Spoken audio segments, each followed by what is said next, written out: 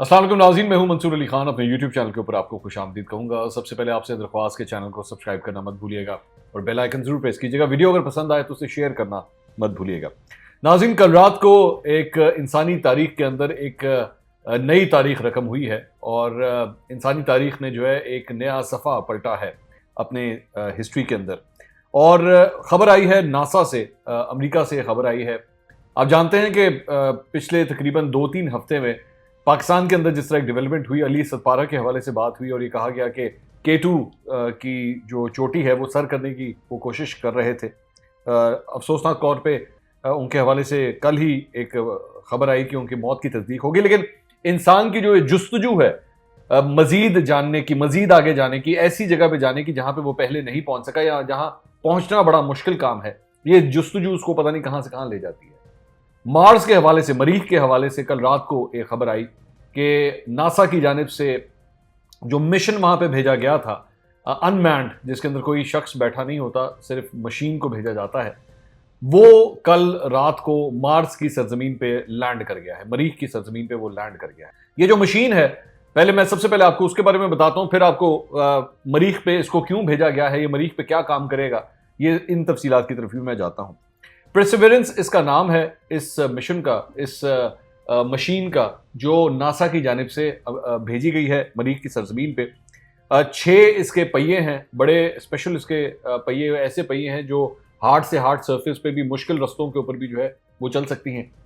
जिस जगह पे इसको भेजा गया है, जहाँ पे इसको लैंड करवाया गया है, उस जगह का नाम जाहिर बात है यहाँ पे साइंसदानों ने रखा है, जजीरो नाम उसका रखा गया है। अच्छा, ये जो जगह है जहाँ पे इसको लैंड करवाया गया है, जजीरो, ये तकरीबन कोई 45 किलोमीटर लंबा एक एरिया है और इसको आइडेंटिफाई करके यहाँ पे भेजा गया है। साइंसदान ये समझते हैं कि जिस जगह पे इसको लैंड करवाया गया है, यहाँ पे किसी ज़माने में पानी हुआ करता था। अब पानी जो है वो क्यों इतना इंपॉर्टेंट है, साइंसदान इस जगह को क्यों इस तरह टारगेट कर रहे हैं, इसकी वजह यह है कि ये कहा जाता है कि जहाँ पे भी पानी होता है वहाँ पे ज़िंदगी फूट पड़ती है, चाहे वो प्लांट्स की शक्ल में हो, पौधों की शक्ल में हो, चाहे वो जानवरों की शक्ल में हो, जरसूमें हो, पानी के जरिए ही जिंदगी जो है वो आगे चलती है।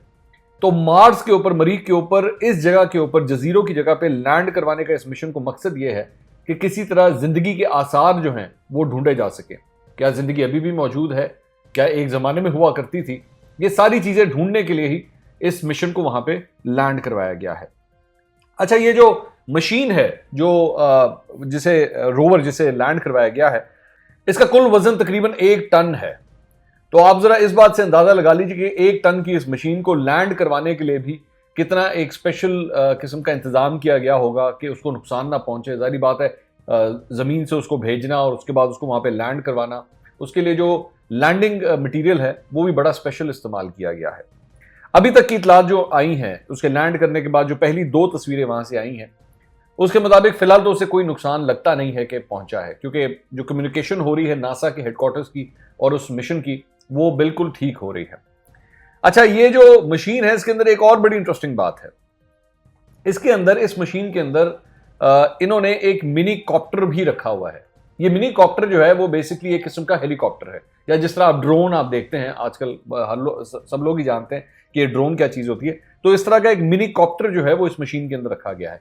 ये बेसिकली उस मशीन के अंदर से निकलेगा और निकल के जो है वो उसका फिजाई जायजा भी लेगा और उसकी तस्वीर भी जो है वो नासा को रिसीव होंगी। ये पहली दफा इस तरह होगा कि मरीख के अपने एटमॉस्फेयर के अंदर ही, उस एरिया के अंदर से ही फिजाई तस्वीरें भी जो है वो खींची जाएंगी।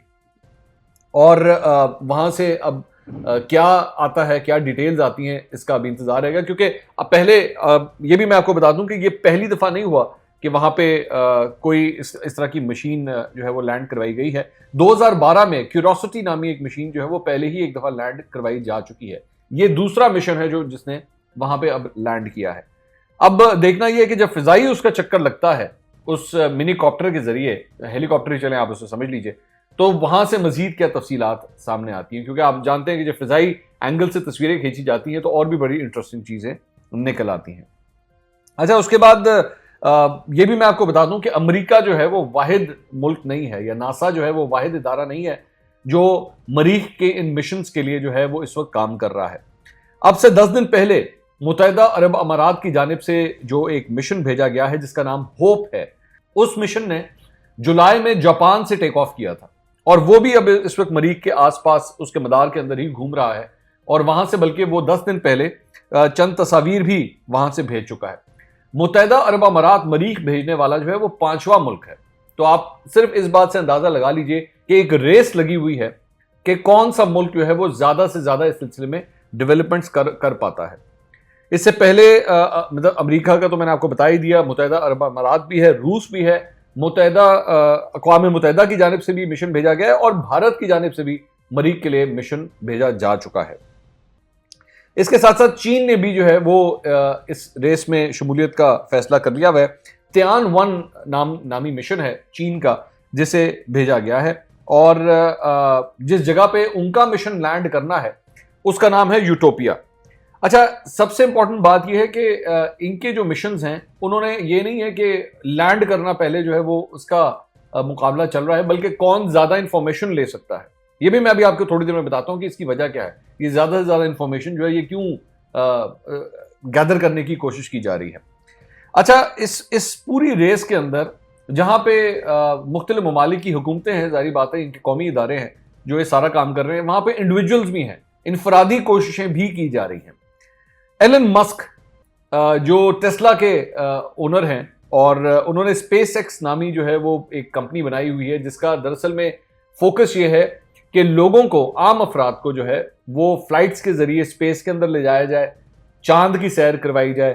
ایلن مسک جو ہیں وہ بھی اس دوڑ کے اندر شامل ہیں کہ وہ بھی کسی طرح مریخ کے اوپر جو ہے وہ پہنچ سکیں، انہوں نے بھی یہ ٹارگٹ کیا ہوا ہے۔ جیف بیزوس جو امیزون کے مالک ہوا کرتے تھے، اب وہ وہاں سے استعفیٰ دے چکے ہیں، لیکن ان کی جو اسپیس کی جو کمپنی ہے اب وہ اس طرف جا چکے ہیں، اور تمام اپنا جو فوکس ہے اور اپنے فائنینسز جو ہے، اپنا سارا پیسہ جو ہے وہ اس طرف اب لگانے کی تگ و دو میں اس وقت لگے ہوئے ہیں۔ یہ سارے ان معاملات کا وجہ کیا ہے، اس کا بیک گراؤنڈ کیا ہے، میں ذرا کچھ تھوڑا سا آپ کو اس کے اوپر میں بتا دوں۔ اس کا بیک گراؤنڈ دراصل میں یہ ہے کہ یہ سارے ممالک جو ہے وہ سمجھتے ہیں کہ مختلف چیزیں ہیں جو ایکسپلور کی جا سکتی ہیں۔ مثال کے طور پہ مریخ سے معدنیات لائی جا سکتی ہیں، منرلز لائے جا سکتے ہیں، بہت سے ایسے مٹیریلز ہیں ظاہری بات ہے جو ادھر زمین کے اوپر استعمال کیے جاتے ہیں، مینوفیکچرنگ کے لیے استعمال کیے جاتے ہیں، ہتھیاروں کے اندر استعمال کیے جا سکتے ہیں، تو اس کی بھی دریافت کی کوشش کی جا رہی ہے کہ وہاں سے زیادہ سے زیادہ مٹیریل جو ہے وہ دریافت کیا جا سکے، کیونکہ آج سے 40 50 60 70 سال کے بعد زمین کے اوپر بہت سی ایسی چیزیں ہوں گی جو ختم ہو چکی ہوں گی، اور سائنسدانوں کے مطابق وہ ان کی کافی قلت آ جائے گی یہاں پہ۔ تو اس لیے انسان کی کوشش یہ بھی ہے کہ مریخ سے جو ہے یہ چیزیں لانی شروع کی جائیں۔ دوسرا ایک اور جو ایک مقصد ہے مشن کا، وہ ہے ٹورزم۔ انسان کی ایک یہ بھی کوشش ہوتی ہے کہ نئی نئی جگہ جا کے ایکسپلور کی جائے، نئے جگہوں ممالک کا دورہ کیا جائے۔ تو چاند کا دورہ کیوں نہ کیا جائے، چاند پہ جا کے رہائش پذیر کیوں نہ اختیار کی جائے، چاند پہ جا کے وزٹ کیا جائے، ٹورزم کی جائے۔ تو یہ جو ایلن مسک ہے، ان کا تو ارادہ یہی ہے کہ کسی طرح وہاں پہ جو ہے وہ کسی قسم کی کوئی جرنی ارینج کی جائے کہ لوگ یہاں سے جائیں، چاند کی سیر کر کے جو ہے وہ واپس آئیں۔ اور اس کے ساتھ ساتھ صرف یہ نہیں، بلکہ اگر آپ ڈیفنس کے حوالے سے سمجھیں تو ڈیفنس کے اور دفاع کے لیے بھی اسپیس کو اب استعمال کرنے کا ارادہ رکھتے ہیں کئی ممالک۔ اس سلسلے میں متحدہ عرب امارات کے اندر تو بلکہ ایک اسپیس کورٹ بھی بنا دیا گیا ہے کہ اگر اسپیس کے اندر جا کے کوئی ایسے کانفلکٹ ہوتے ہیں یا آپس میں کوئی لڑائی جھگڑا ہوتا ہے تو اس کو ریزالو کرنے کے لیے جو ہے وہ مختلف ممالک ہیں ان سے کہا گیا کہ آپ اسپیس کورٹ میں آئیں، وہاں کے آ کے آپس میں بحث مباحثہ کریں، جو بھی آپ لوگوں نے اپنے دلائل دینے ہیں وہ وہاں پہ دیں، جس طرح عدالتوں کے اندر ہوتا ہے، اور معاملات کو وہاں پہ حل کریں۔